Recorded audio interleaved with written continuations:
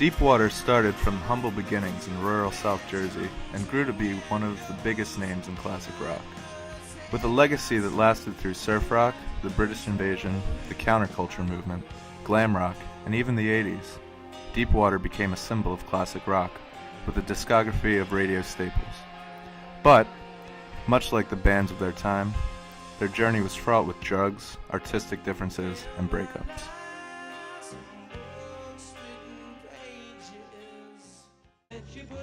Classic rock wasn't always classic. It was once just rock. Deepwater, now regarded as the band that defined classic rock, formed at the beginning of the rock era in the early 60s after the 5 musicians met at Atlantic Cape Community College. Like the Beatles and the Beach Boys, they were heavily influenced by rebellious music like rock and roll, jazz, blues, and R&B from the previous decades. Deepwater was one of the leading bands who brought those genres together to spawn a genre that was totally new unto itself, what we now call classic rock. Some of the earliest classic rock originated on the beaches of California with artists like Dick Dale and the Beach Boys. We started out as a surf rock band, trying to be like the Beach Boys, except on the East Coast, and we were pretty cool back in the day. But surf rock's reign soon fell to arguably the most important event in music. The British invasion, which began around 1964 with the Beatles' arrival into the US, marked the beginning of the golden age of classic rock. Alright, Ron and I were British foreign exchange students. Our idols were the Beatles, the Stones, and the Who, and the Animals, all the bands of the British invasion, because they were so rebellious. When we met the other guys in the band, we blended our American and British influences together. I mean, I first got the bug from seeing the Beatles on Ed Sullivan, and that year to 2 years, we had the whole British invasion. I think in 1 year, Ed Sullivan had so many bands on after the Beatles. So the first bands I really loved were the Beatles and the Rolling Stones, bands like the Animals. It was in 1967, early 67, and Fresh Cream had just come out. And Clapton just blew me away. And just, Hendrix, Clapton, and Beck, they were like the big three to me. Eventually got a guitar when I was 13. Although I barely played it, I kind of started taking it more serious around 15 or 16 years old. I started playing more. And that's how that started. Later, they were picked up by A&M. A&M Records was founded in 1962 by Herb Alpert and Jerry Moss. Michael Goldberg and Rolling Stone magazine called A&M a company that became known as one of the classiest in the business where music really did come first. It was a company known for its commitment to its artists. A&M signed other classic rockers like Police, Nazareth, Styx, and Supertramp. Our friend Todd Wolfe was in Sheryl Crow's band during the 90s at A&M. A&M was owned, had been bought up in the 80s by Polygram, which was owned by Philips Corporation. Well, Philips Corporation in 98 took the whole ball of wax and sold it to the Seagrams Corporation that owned the whole Universal MCA. So we had heard for so long that we're not sure if we hear a single, and we kept recording, and all the field reps wanted them to put it out. And then the new people came up, and they said, well, we're not sure if we hear a single. And I just turned to Scooter, our manager, Sheryl Crow's manager. I said, man, I can't do this dance anymore. This took too long. We should have shopped it to other albums. And we had done some appearances. So he got us out of the deal, and it was the end of that. A&M Records helped the band shape their iconic style.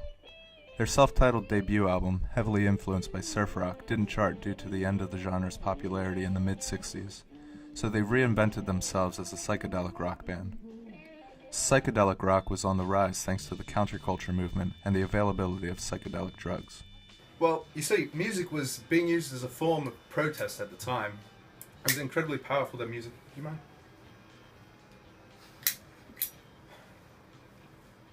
Kind of in the middle of something. Thank you. It was incredibly powerful. That music was that inspiring to young people, to care about the civil rights and the corruption of war. We personally were inspired by folk rockers like Bob Dylan, Joan Baez, their political anti-war songs. Deepwater took a different approach in their follow-up, The Lead Airplane Experience, released in 1968.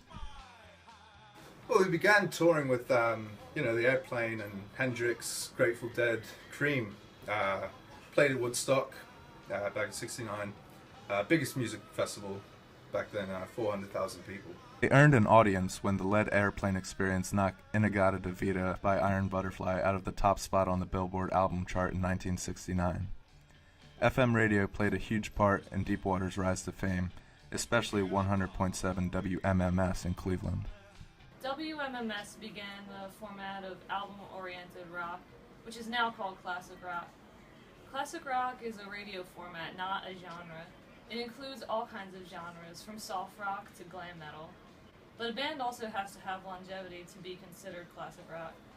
The only thing that Eric Clapton, Rush, and Lynyrd Skynyrd have in common is that they've all stood the test of time, so they get airplay on the same classic rock station. It's pretty warped when you're going from Styx to Cream to Elton John to Foreigner, then to Bob Dylan.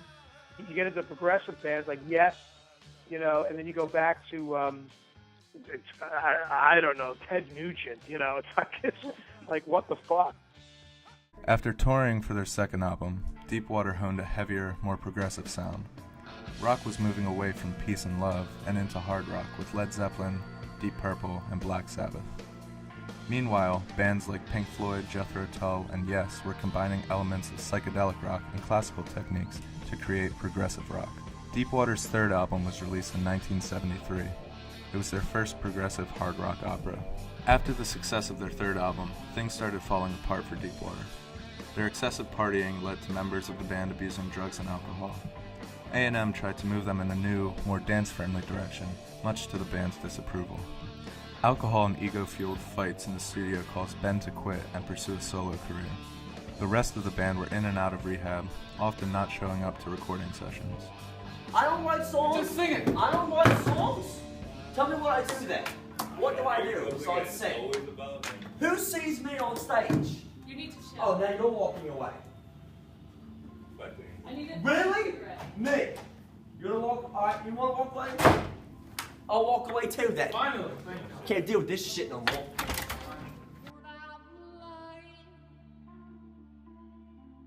Their fourth album, Love Fever, was a disastrous, forced attempt at disco, peaking at number 98 on the Billboard pop chart in 1975. They disbanded that year. Over the next few years, Ben landed a string of minor hits. Teddy Neptune fronted a successful glam rock band, joining the ranks of David Bowie, Queen, and Elton John. Nevitz Relit, Lemon, and Esmeralda Smith continued to tour as a trio. Then, in 1977, tragedy struck. 27-year-old Ron Lemon suffered a cocaine-induced heart attack while riding in the back of a limo. He was pronounced dead at the scene. Then, a miracle happened. Awesome. Yeah, good. Really, the accident was, I mean, not only for me, but the entire band. It was just eye-opening. You know, I just remember not feeling right, and I saw the proverbial light, you know, and I just remember thinking about, you know, the rest of the bandmates, my family, laying there on the table, waking up, and I just cried. It was an awakening for me, and it really got me thinking about the way I was living my life, and I decided, you know, it's time to make a change. So, you know, I was traveling the world, spent a lot of time Burma, Myanmar, India, and the culture there is so rich, and it really won me over, and that was that, you know, and here I am. Lemon's near-death experience was a wake-up call for Deepwater. They reunited in 1978 and embarked on a worldwide reunion tour. Throughout the 80s, they released several albums, topped the charts, and dominated the airwaves. Today, they're staples for classic rock radio stations and music collections everywhere. The best way I could describe it is this asinine thing that they call classic rock. We do what those bands from the 60s going into the 70s did. What we can call it, I don't know. Classic rock is important because of the broad generation it covers. Classic rock was the stepping stone from the jazz and swing eras. It had more meaning to the millions of people that listen to it today Classic rock penetrates many generations of men and women, ranging from teens to people in their 50s and 60s. It has the power to influence and sustain itself through many generations.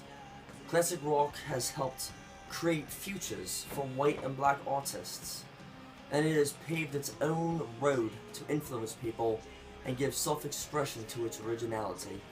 Out of the only 7 artists to sell over 250 million records, 4 were classic rock: the Beatles, Elton John, Led Zeppelin, and Pink Floyd.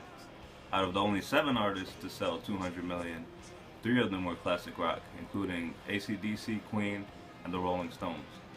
Of the artists who sold over 120 million, half were classic rock, including the Eagles, U2, Billy Joel, Phil Collins, Aerosmith, Genesis, Bruce Springsteen, and Dire Straits. So it's easy to see how influential the genre of classic rock is.